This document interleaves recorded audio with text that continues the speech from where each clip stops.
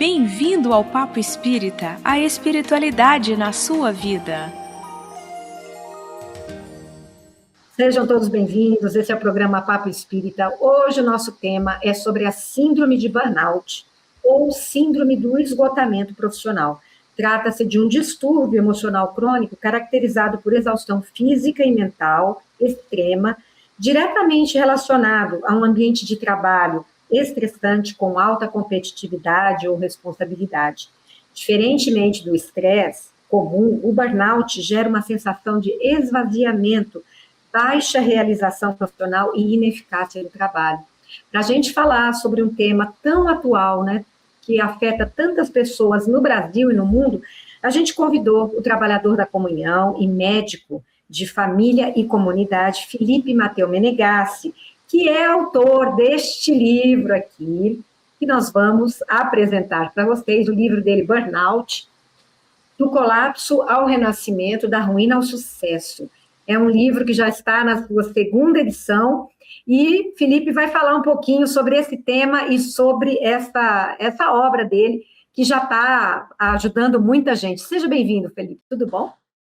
Obrigado, Ana. Obrigado pela oportunidade de me permitir estar aqui com vocês hoje, com a Miriam, com a Thelma.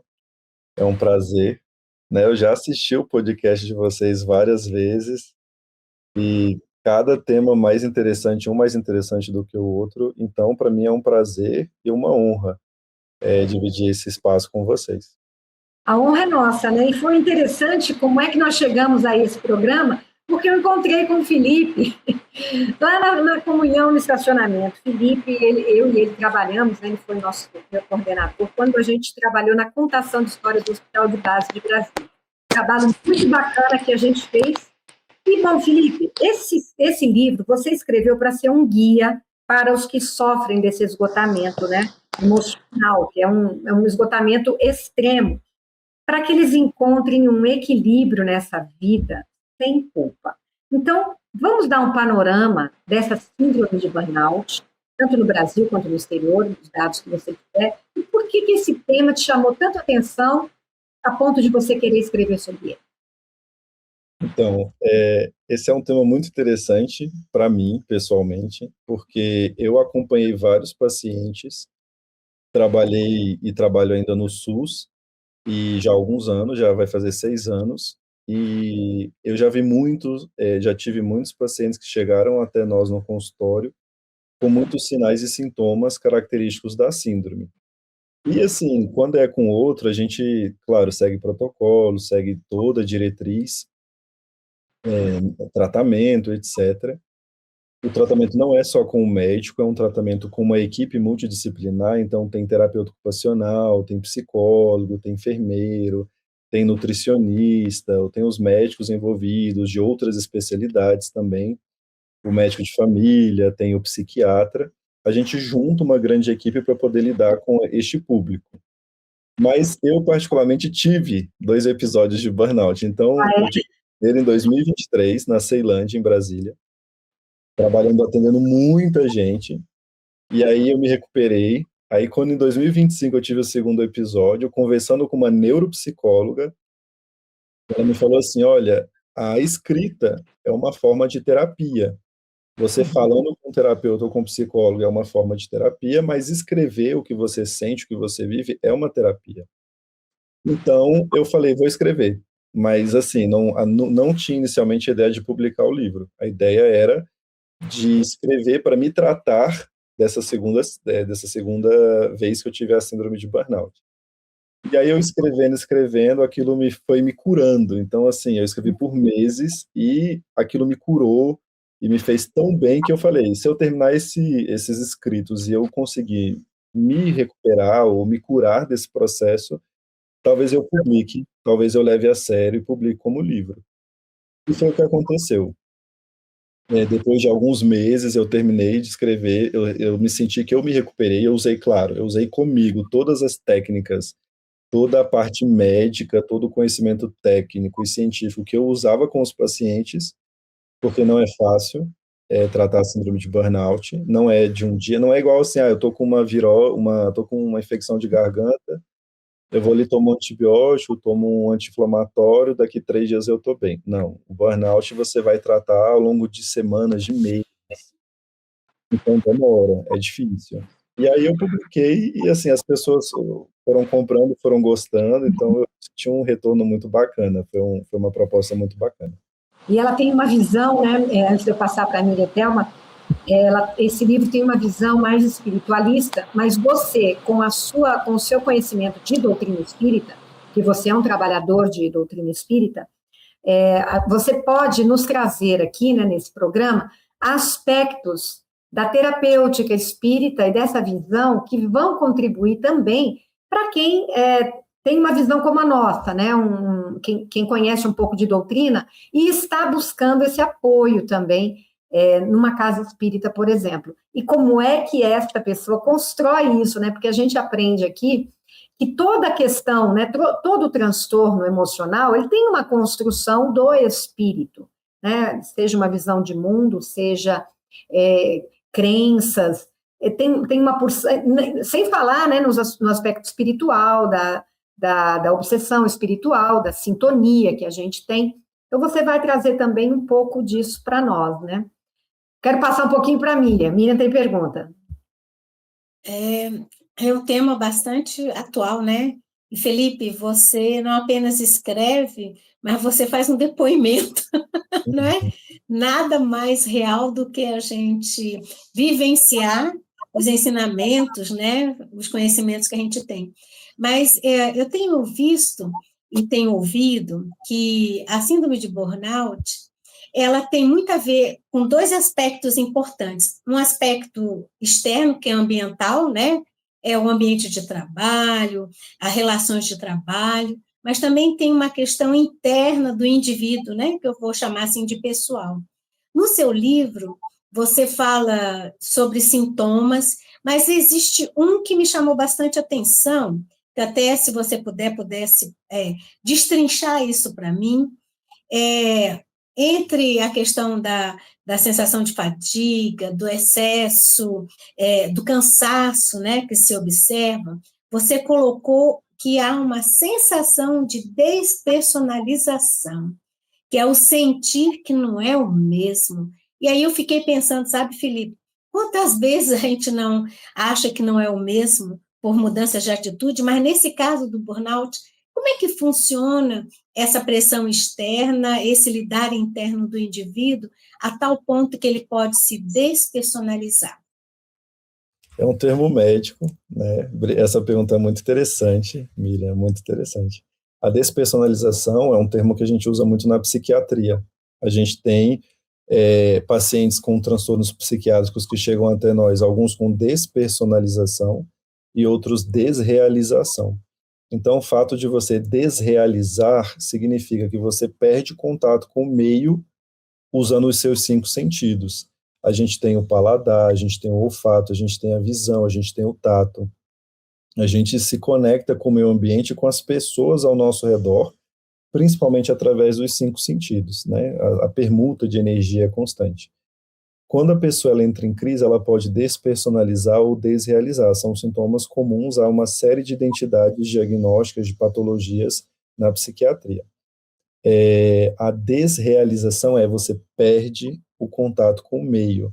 Então, você já não consegue ver, você está em delírios, por exemplo, um paciente em delírio ou psicose, você está na frente dele, ele não te enxerga. Você está falando com ele, ele não te escuta. Ele desrealizou.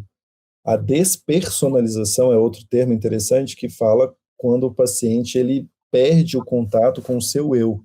Então, por exemplo, aqui eu sou um voluntário, um trabalhador voluntário da casa espírita. Quando eu despersonalizo, existem doenças, por exemplo, a esquizofrenia, a pessoa ela veste uma outra personagem. Então, às vezes ele fala, eu sou um profeta, não sou mais eu, virei um profeta. Estou ouvindo a voz de Deus. Sou um Superman. Então, tem esquizofrênico que pula do prédio dizendo que vai voar porque ele despersonalizou. No burnout, a gente tem algo, não, claro, tão intenso quanto outras patologias, mas no burnout, o paciente ele pode entrar num quadro de exaustão tão grande que ele meio que se despersonaliza. A gente tem alguns dos sinais de que a pessoa está entrando em burnout. Um deles é a pessoa ela entra em exaustão. Pode ser uma exaustão física, pode ser uma exaustão emocional. Ela entra num quadro de exaustão, que é o burnout. O termo burn vem do inglês, né? Burn é queimar, burnout é você queimar por completo, você esgota alguma coisa, no nosso caso, a pessoa. Você fala da despersonalização, que é o segundo tópico, né? O primeiro é o esgotamento físico ou emocional. O segundo ponto importante que a gente vê é quando a pessoa ela entra num quadro de desconexão com o trabalho. Ela está tão sugada, está tão esgotada, que ela vai despersonalizando. Ela já não se reconhece mais como aquele profissional. Eu já não sou mais, por exemplo, não sou mais a Miriam, não sou mais a Ana, não sou mais a Thelma. Ela começa a se desconectar. Aí tem dois caminhos. Primeiro, é aquele famoso presenteísmo que a gente fala, né? A pessoa está no ambiente, mas ela não está por completo no ambiente de trabalho ou em qualquer ambiente que ela esteja. Pode ser dentro de casa. Você pode ter um burnout cuidando de muitos filhos dentro da sua casa e você se esgota naquele processo de cuidar do seu filho e da sua família. E aí a pessoa tem o primeiro caminho, que é o presenteísmo, você está de corpo presente, mas você não consegue trabalhar direito. E tem um outro caminho, que é o cinismo, o sarcasmo. Você começa a levar aquele serviço de forma cínica. Porque... Aí começa a agir de cinismo com o chefe, com o colega de trabalho, com as demandas que vêm chegando e você não consegue dar conta. É uma estratégia que a pessoa, o profissional, encontra, né? Aí como você perguntou, ele se despersonaliza, porque ele vai se desconectando consigo mesmo, com as suas qualidades, os seus valores e com o ambiente em que ele se encontra. E é interessante, né, Felipe, quando você fala de exaustão, eu acho que te atravessei, Ana? Não, pode ir. Tá. Quando você fala da exaustão profunda, fico pensando que não é de um dia para outro, né? Isso deve levar um tempo de somatório dessas tensões. E também fiquei pensando, talvez você nos ajude também, que há uma pressão do trabalho, há uma pressão cultural da nossa modernidade, do nosso tempo atual, mas essa questão dessa pressão também não tem a ver com a minha atitude interna perante essas pressões, tipo assim, alguém que tenha, estou viajando, tá certo? Não estou dizendo que seja, alguém que tenha uma dificuldade de colocar um certo limite, alguém que queira se dedicar ao máximo àquele trabalho, mesmo que teoricamente não tenha tanta pressão, mas para se manter nesse trabalho. Você pode colocar um pouquinho disso? Como é que é a minha atitude interna com certa precaução dessas pressões externas? O que eu preciso ter em mim para que, embora submetida a essas pressões, a esses valores culturais que nossa sociedade tem mudado, falando que sucesso, né, cobrando-nos muito sucesso profissional, e com isso o sucesso econômico e social, como é que eu posso me portar diante disso antes que a gente consiga chegar no olhar da visão espírita? Que virtudes eu posso desenvolver, né? Porque às vezes a gente ainda está muito fragilizado, querendo corresponder às pressões externas, esquecendo, né, que nós somos pessoas com mundo interno também, né? Não sei se consegui esclarecer a minha dúvida. Conseguiu. O burnout, o termo burnout, ele surgiu em 1979, por um psicólogo e psicanalista alemão. O nome dele, se não me engano, é Herbert Freudenberger. Ele começou a perceber isso que você falou, ele começou a ver pessoas muito irritadas, pessoas muito cansadas, pessoas que estavam reacionando muito, principalmente no ambiente de trabalho. E ele, assim, interessante que ele foge da Alemanha, né? Então ele passa por um momento de holocausto na Alemanha quando criança. Então ele vivenciou o burnout a nível coletivo. O país em burnout, né? A Alemanha inteira em conflito, entrando em guerra, entrando em situações difíceis. E aí ele foge com os pais para os Estados Unidos, e aí ele passa a viver nos Estados Unidos e sofre problemas também nos Estados Unidos como criança. Então a história desse psicólogo é uma história de burnout.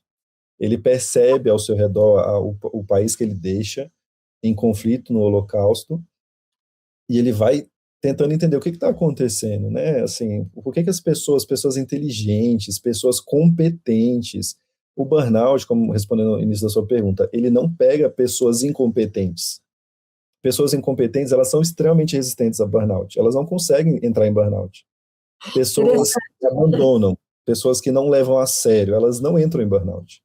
O burnout, ele pega as pessoas competentes, pega pessoas comprometidas, pessoas inteligentes, pessoas capazes, pessoas que têm um potencial maravilhoso, mas que elas são colocadas num contexto que suga até o limite. Nós somos seres humanos, nós não somos máquinas. Então, até as máquinas têm limite, né? As máquinas estragam.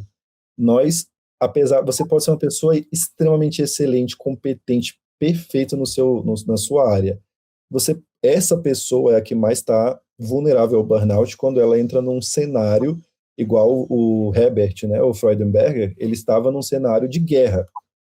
E as pessoas, assim, se exigindo, se consumindo no nível máximo. Então, ele foi percebendo essa síndrome assim. A síndrome só foi reconhecida pela Organização Mundial da Saúde como um fenômeno ocupacional de estresse a partir de 2019. Então, ela é muito recente, esse termo. 2019 foi praticamente ontem, né?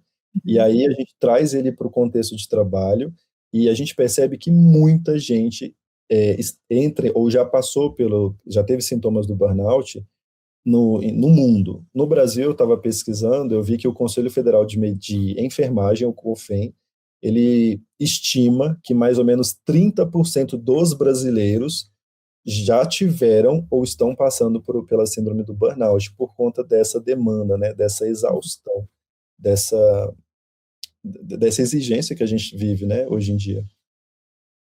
Agora, que tipo, Felipe, você fala umas coisas bem interessantes no seu livro, que você fala do desenvolvimento de algumas características, né, que seriam virtudes do nosso espírito, para combater esse estado em que a pessoa chega. Você fala em solidariedade, em gratidão, e você fala em sentido de propósito como remédios para sair do burnout. Você já disse que quem entra em burnout é uma pessoa que tem um compromisso. Ela, na verdade, se a gente for pensar no lado material da vida, essa pessoa tem um propósito, né? Ela está buscando, ela está trabalhando, ela está buscando uma condição ali, né, em que ela se comprometeu a melhor possível. Mas como que o desenvolvimento dessas virtudes seria um esquecimento dessas virtudes como essa solidariedade, essa gratidão, ou é um desenvolvimento maior que a gente está sendo chamado a ter para que a gente não caia, né, numa situação dessas? Porque a gente entende na doutrina que nada chega para nós se não for para a nossa evolução. Então, se você chegou a um ponto como um burnout, significa que tem ali algo um desvio de rota que você precisa corrigir. Nesse desvio de rota, o que essa pessoa precisa adquirir? A doutrina espírita, ela tem uma visão, assim, para a gente maravilhosa, é uma visão, segundo o meu ponto de vista, traz uma visão terapêutica da vida. Ela nos ensina que nós somos espíritos em processo evolutivo, e nesse processo evolutivo, uma das 10 leis morais que a gente estuda na doutrina é a lei do trabalho. Então, o trabalho enobrece a alma, o trabalho é necessário para o processo evolutivo, o trabalho faz parte da nossa evolução. Porém, nesse processo de evolução, outra lei moral, né, a lei da evolução, a lei do progresso, nesse processo evolutivo, a gente vai ter erros, a gente vai ter aprendizados, a gente vai ter queda, a gente vai ter recomeço, a gente vai ter situações muito difíceis. E no livro eu trago muito sobre a ideia de solidariedade, ideia de empatia. Eu falo muito sobre, eu acho que tem uns 2 ou 3 capítulos só sobre empatia, porque eu vivi na prática, no trabalho, a empatia de alguns colegas e vivi a falta de empatia de outros colegas. E a gente sente, quando a gente está em burnout, a gente sente o que a gratidão faz, o que a empatia faz, o que a solidariedade faz com a gente. E a doutrina espírita, ela traz essas virtudes para a gente trabalhar dentro de nós mesmos, numa reforma íntima. Ela vai chamar a solidariedade para fazer a gente sair dessa ideia de isolamento, essa ideia de o meu ego, as minhas vontades, o meu mundo, né? A gente começa a vivenciar uma ideia de que eu preciso do outro para tudo, né? Para viver, eu preciso do outro para ser feliz, eu preciso do outro para permutar energia. Essa troca de energia é muito importante. Então, a gratidão, ela vai reorganizar o nosso processo de enxergar o mundo. Eu não falo, eu até comento no livro assim, não seja grato, muito obrigado pelo sofrimento e ponto. Não. É você ser grato por aquele momento, ser grato por aquela oportunidade que está chegando e que vai passar. Nós passamos por momentos de muita felicidade e passamos por momentos de sofrimento. E eles vêm para moldar o nosso caráter. Se Deus, que é um amor incondicional, que é um amor infinito, ele permite que a gente sofra por algum momento, curto ou longo, essa proposta ela vem para nos trazer um ensinamento e para moldar o nosso caráter. E quando a gente age de forma empática com o outro e o sofrimento do outro, e quando a gente age com gratidão com o que a gente recebeu da vida, a gente vai redesenhando essa ideia, a gente vai se reconectando com o nosso eu superior, que na minha ideia é Deus, e a gente vai trazendo sentido para a existência, né?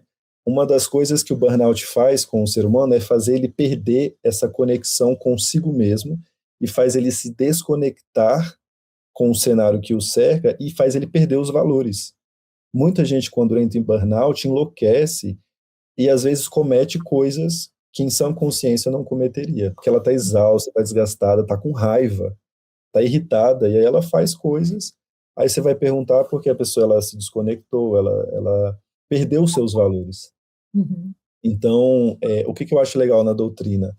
A doutrina espírita, ela traz um convite para a gente da prática da reforma íntima, a prática da oração, da prece, porque a prece nos torna sempre mais próximos dos espíritos superiores, de Deus, essa energia que vem nos auxiliar nesse momento de dificuldade, a gratidão, mas não é assim, uma gratidão vazia, né? Você perceber, cara, eu vou ficar triste, eu vou ficar com raiva, eu vou ficar chateado, esse momento não vai ser legal, mas entender que ele vai passar, né? Que ele está vindo, fazendo o seu burburinho, mas ele já está indo embora, não se deixa arrastar por esse turbilhão de sensações e de sentimentos.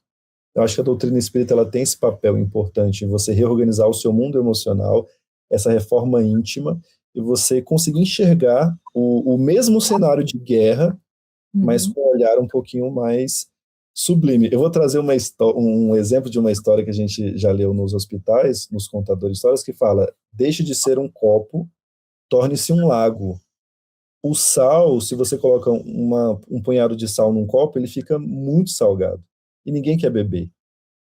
Se você coloca a mesma quantidade de sal num lago, a água está doce, a água tá gostosa, está potável. Então, quando a gente enxerga o mesmo cenário, aquele sal vai chegar na mesma quantidade, os problemas virão na mesma quantidade. Mas quando eu amplio o meu horizonte, quando eu ajo de forma empática, quando eu sei trabalhar com o meu grupo e quando eu tenho gratidão, então os problemas vão ser mais palatáveis. Uhum. Sim. Você falou uma coisa que eu achei tão interessante, Felipe, da desconexão, né? Quando você fala da desconexão consigo, e certamente, né, com todo o ambiente, me lembrei um pouco também de uma situação semelhante quando se está em crise de pânico. O que eu quero... Uma coisa não tem nada a ver com a outra, mas o ponto que eu quero chegar é exatamente quando você coloca no seu livro, no título, está lá, do colapso ao renascimento, da ruína ao sucesso. Me parece ser um processo. Mesmo que às vezes a gente tenha esse conhecimento, toda essa bagagem, né, que a doutrina nos traz, mas no momento da crise, ou então no momento em que eu entro nessa exaustão, que estou irritado, que estou desconectado, continuar esse processo para que eu saia desse quadro, me parece importante também um apoio, né, um apoio externo, não digo só de profissionais, mas um apoio familiar, um apoio do seu meio social. Isso funciona, isso representa algo importante nesse transcurso da ruína ao sucesso, por exemplo, de superar, né, essa síndrome? Você fez uma pergunta que é exatamente um capítulo do livro, que ele fala sobre o apoio, né? Vou ver se eu acho o título dele aqui. Eu falo sobre redefinir o sucesso, reaprendendo a sentir, conexões. Então, capítulo 13, conexões que inspiram, né? Aqui no capítulo 13, conexões que inspiram. Então, nesse livro, eu trago essa ideia eu trago as duas propostas, porque eu gosto de ser muito pé no chão, até porque eu vivenciei o burnout, né, 2 vezes. Eu trago a proposta de você estar com aquela dor, estar naquele processo de se perdendo, porque você é competente, você é inteligente, você é capaz, você tem um valor, mas as pessoas não estão enxergando isso, né? E você vai se perdendo nesse processo. Então, você esbarra, sim, em pessoas que são frias, que são indiferentes e que elas vão acabar te machucando. E aí eu falo como você se blindar dessas pessoas nesse processo de reconexão, e você vai esbarrar em pessoas empáticas. E aí a diferença de uma empatia para simpatia. Pessoas simpáticas são pessoas que elas vão falar para você, tudo bem, você quer as pessoas agradáveis, carismáticas, mas elas são superficiais, elas não conseguem ser mais profundas, elas vão falar o que você quer ouvir e saem. A empatia não, ela te traz profundidade. O empático, às vezes, ele te olha no olho e às vezes ele te abraça. Ele não fala nada, só te abraça. A empatia é isso, é você sentir a dor do outro dentro de você. Você fala, poxa, às vezes a Miriam não tá bem, deixa eu dar um abraço nela e pronto. Chega lá, abraça, fica quietinho. Ou às vezes, não, a Ana hoje ela não tá tranquila, né? Deixa eu dar uma maneirada aqui no trabalho, deixa eu dar uma ajuda aqui, hoje eu vou fazer isso aqui para ajudar ela. Então a empatia é isso, é você perceber que o outro não tá no seu melhor naquele momento e você se conectou, né, com ele, você entendeu. Então, o processo de burnout, ele não é um adoecimento que você consegue levar sozinho e se curar sozinho. É importante a gente entender que nós não somos ilhas, nós vamos precisar do outro.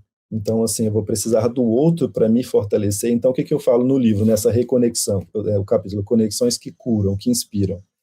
Você procurar aquelas pessoas que te fazem bem, que te agreguem.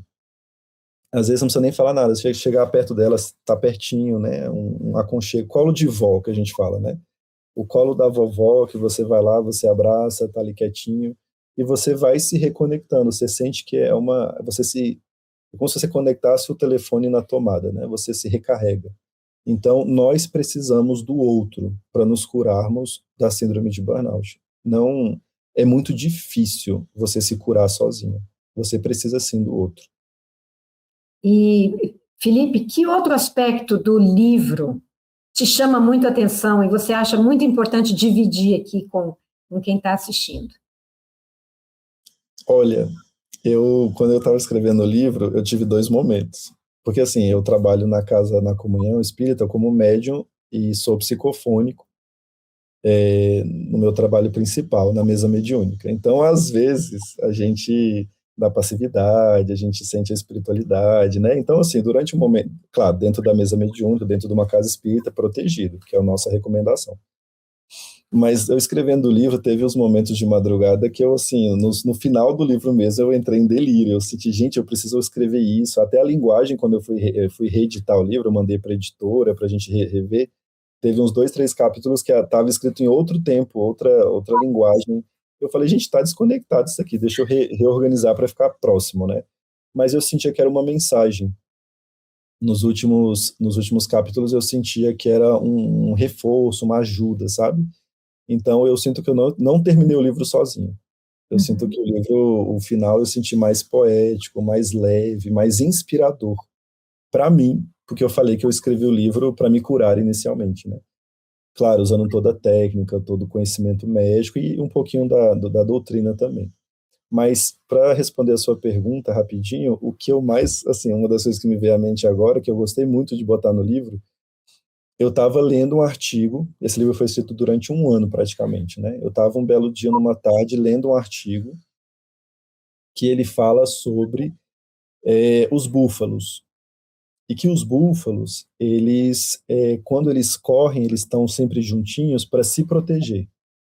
E que, às vezes, tem um búfalo que ele é mais forte, mais valente e sai, ou tem aqueles búfalos mais fraquinhos que vão ficando para trás. Então, a ideia do búfalo da manada, do grupo, é se proteger.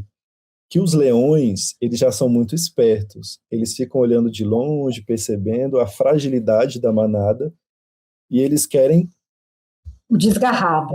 abocanhar aquele que sai de perto, né? Porque os leões, esse foi um estudo feito por alguns cientistas, eles falam, os leões não enfrentam a manada. Eles sabem que eles não conseguem. Então eles esperam para enfrentar aquele indivíduo sozinho, e tem dois indivíduos são os preferidos dos leões. O primeiro, o fraco que fica e que é abandonado, e o segundo, o valente, que se acha no seu, assim, que é mais forte e se destaca e sai de perto da manada. Os leões pegam esses dois. Eu achei interessante nesse segundo tipo, porque às vezes nós temos na nossa sociedade pessoas que elas se acham, o ego é muito inflado, a pessoa se acha melhor do que as outras, se acha superior a tudo e a todos, e ela acha que vai dar conta de tudo sozinha, e ela às vezes se desconecta. Às vezes o burnout ele pega essas pessoas que se acham, por elas serem competentes, por elas serem inteligentes, serem excepcionais no que elas fazem, elas se tornam vulneráveis ao burnout, porque ele pega essas pessoas que se destacam. Então o livro ele fala isso, olha, a gente tem que aprender a se conectar. Você pode ser excelente no seu trabalho, mas você não consegue sozinho fazer tudo. Tá conectado, tá no seu grupo, tá com a sua família, tá tentando crescer junto, porque quando a gente cresce junto, a gente se blinda, e não tem como você cair para uma síndrome de burnout. Então ele trabalha essa questão do ego também. Agora, o final do burnout, eu imagino, né, quando a pessoa, tipo, você está saindo, né, daquele momento, né, está conseguindo respirar, né, sair ali daquele afogamento, eu imagino que a pessoa tire lições disso, né, porque ela viveu um momento muito perigoso da vida dela, né, e que ela sentiu aquilo, e que ela pode ter procurado ajuda de diversas formas, pode ter conseguido superar, e aí você pode trazer um pouco da sua própria experiência, né? E ela aprende algo que talvez modifique a visão dela de mundo para que ela não mais caia nessa situação, né? Então, minha pergunta seria, o que você mais aprendeu quando você desenvolveu esses 2 burnout? E eu acho que você não vai desenvolver mais nenhum, né? Porque eu imagino que você tem aprendido grandes lições, né? Você escreveu um livro e se curou, foi isso que você disse. Assim, não cair mais, eu não sei, mas a gente vai ficando mais forte, mais resistente. Então, assim, o burnout, ele muitas vezes, ele acontece como um preço de um sucesso que foi mal definido. Então, a sociedade ensina pra gente que para você ter sucesso, você tem que produzir, você tem que ganhar, você tem que aparecer. Então, aquele cara é bem-sucedido porque ele é famoso, aquela pessoa é bem-sucedida porque ela ganha, olha o tanto que ela ganha, o salário dela. Eu quero ganhar mais, eu quero ganhar mais, eu quero ganhar mais, porque isso vai me trazer sucesso. Mas isso sem equilíbrio pode cobrar um preço muito alto. Claro, você pode ganhar super bem, você pode ser super famoso, você pode ser super, produzir muito, mas saiba agir de forma equilibrada, tenha sabedoria nesse processo, porque às vezes muita gente cai nesse burnout por conta disso, né? Então, dentro da visão espírita, que eu tentar puxar um pouquinho para a doutrina, a gente percebe que o verdadeiro sucesso, ele se encontra na evolução e na evolução moral, né? É você ter a paz de consciência, é você ter equilíbrio emocional, é você ter coerência entre o que você é e o que você vive. Às vezes você é uma pessoa fantástica que está ali no momento ganhando muito dinheiro, e está ótimo, não tem nada de errado. Às vezes você é uma excelente vó que vive com um pouquinho de dinheiro, mas cuida muito bem dos seus netinhos, eles gostam da vovó, como eu falei, do colo da avó, e também está extremamente coerente, ali também é sucesso, né? Está cuidando da família. Então, o burnout, para não cair no burnout, a minha ideia também era essa questão de redefinir o sucesso e tentar trocar o ter pelo ser. É entender que não adianta você conquistar o mundo inteiro, eu quero conquistar tudo, todos, e você vai se perder nesse processo. Então, não é abandonar as ambições, não é abandonar as suas vontades, o seu crescimento profissional, o seu crescimento monetário, financeiro, mas é você deixar de entender que a sua vida não é só isso, é você trazer valor para as pequenas coisas. Tem capítulo que eu coloco que eu trago algumas ideias de alguns profissionais que eu já pesquisei muito sobre isso, profissionais que saem de uma empresa que tem muita demanda, muita exigência, e vai abrir uma cafeteria, e vai vender café, vai vender chá, e a pessoa ela se encontra. E aquilo para ela virou uma nova ideia de sucesso. Você pode se encontrar numa grande empresa, e você pode se encontrar sendo um vendedor de café. Então, o que você percebe como valor e o que te alimenta a sua alma, né? Então, essa é a ideia. Miriam, última pergunta, antes da gente Eu não sei encerrar. nem se é uma pergunta, mas o que ele falou agora no final, o Felipe toca muito profundamente no momento humano nosso, né? Em que nós somos quase que máquinas produtivas e a gente cai nessa ilusão de que o nosso valor está nessa produção das coisas que são impermanentes, temporárias, né, Felipe e Ana? E o movimento de voltar para si, nesse dizer muitas vezes não para esse sucesso e trazer o sucesso da realização da minha alma, né? Eu acho que foi isso que você quis dizer, Felipe. É um processo que, às vezes, nos cobra um preço que a gente não quer pagar, né? Então, a gente quer parecer aos outros que corresponde a esse padrão, quando, na verdade, está entrando num processo de aniquilação mesmo, né? Enquanto ser humano, enquanto ser imortal e espírito. No finalzinho, já que a Ana me provocou que eu tenho que fazer uma pergunta, brincando, Ana, ser espírita, a doutrina, você já falou muito da reforma íntima, falou uma série de virtudes, o quanto que no seu processo de vencer o burnout, o que a doutrina, como você sentiu a doutrina enquanto real sustento para te manter nessa estrada de superação? Então, a doutrina é tudo, né? Pra gente, para nós espíritas, eu não me percebo assim, mas sem a doutrina no dia a dia, né? Porque até o fato de você lidar com o outro, eu até brinco, eu já não estou mais no 70 vezes 7, né? Do perdoar, eu já estou no 90 vezes 9, porque a gente tem que perdoar as pessoas sempre, para a gente seguir também a nossa história, né? Então, burnout e doutrina espírita, né? Qual que é a proposta?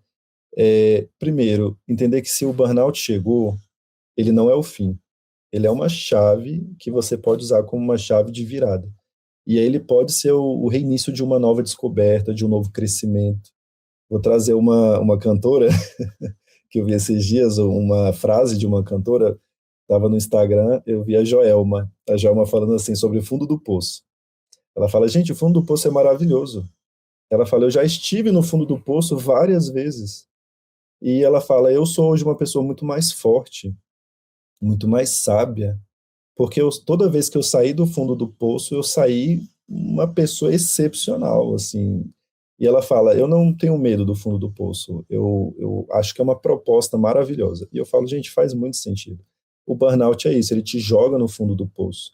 E aí você vai ter que se reconectar, se perceber de uma forma diferente. Quais são as minhas ambições? Será que eu estou me auto-sabotando? Será que eu estou exigindo de mim algo que eu não posso dar? Será que eu estou passando das minhas limitações? Para encerrar, eu queria, assim, a gente está caminhando para o fim, eu queria trazer o André Luiz, para tentar mostrar como é que eu percebi em mim. O André Luiz era médico, assim como eu sou médico, e o André Luiz ele foi uma pessoa no mundo aqui da matéria muito conhecido, muito famoso. Era um cientista. E o André Luiz, quando ele desencarnou, aqui ele era muito bem visto, muito famoso, mas quando ele chega no mundo espiritual, ele chega e quem que o recebe é um umbral. Ele vai ficar num período, num umbral, fica alguns anos sofrendo e tentando reentender o que está acontecendo, como é que ele está lidando com a própria história. Então ele passa, entre aspas, por um momento de fracasso, né? Eu acho que é uma palavra muito forte. Mas ele passa por essa situação dolorosa para ele reaprender, se reconectar. E ele era famoso aqui no Brasil. Agora, a mãe do André Luiz, que era uma dona de casa, esquecida, que ninguém nem sabe o nome, até no livro do André Luiz, O Nosso Lar, que é o primeiro livro, você nem encontra o nome da mãe do André Luiz. Tá lá, mãe do André Luiz. Essa foi um espírito esquecido, apagado, que cuidou dos filhos, cuidou da família, uma excelente dona de casa, não frequentava casa espírita, não ia para grupo mediúnico, mas ela fez tão bem o trabalho dela, ela se dedicou tão bem à família, aos amigos, que quando ela desencarna, ela ascende. Ela não passa nem por um posto de socorro, nem por uma colônia, ela vai para uma esfera superior, porque era uma pessoa, um espírito quintessenciado. Então, assim, quais são os nossos valores? Né? O que é o meu sucesso? Será que o meu sucesso na carne, aqui na matéria, está sendo coerente com a visão espírita? Então, quando eu chegar no mundo espiritual, será que o que está me esperando? É um umbral que vai me trazer para um local de sofrimento para eu me reconhecer e entender o que eu estou fazendo de errado? Ou será que eu vou conseguir ascender para uma esfera de luz, como a mãe do André Luiz? Então, o livro ele fala um pouco disso, o livro do colapso ao renascimento, da ruína ao sucesso. Não é que eu vou ler o livro e agora eu sou um profissional excelente e vou ficar rico. Não, eu vou ler o livro e vou entender que existem novos valores, novas ideias que podem alimentar muito a minha alma e podem me ajudar bastante nesse processo. O tema é instigante, né, Miriam? A Thelma teve algum problema, não pôde participar com a gente, mas eu queria, para a gente encerrar, Felipe, te agradecendo muitíssimo pela sua presença, por você ter escrito isso aqui, e pela gente ter se encontrado tão no acaso, que não tem acaso, né? A gente se encontrou lá na comunhão, e você me falou desse livro, e eu falei imediatamente que é um tema que interessaria. Aonde as pessoas podem adquirir? Acho que dá tanto para ver aqui. Em qualquer lugar. A gente publicou em fevereiro de 2026, oficialmente nas plataformas.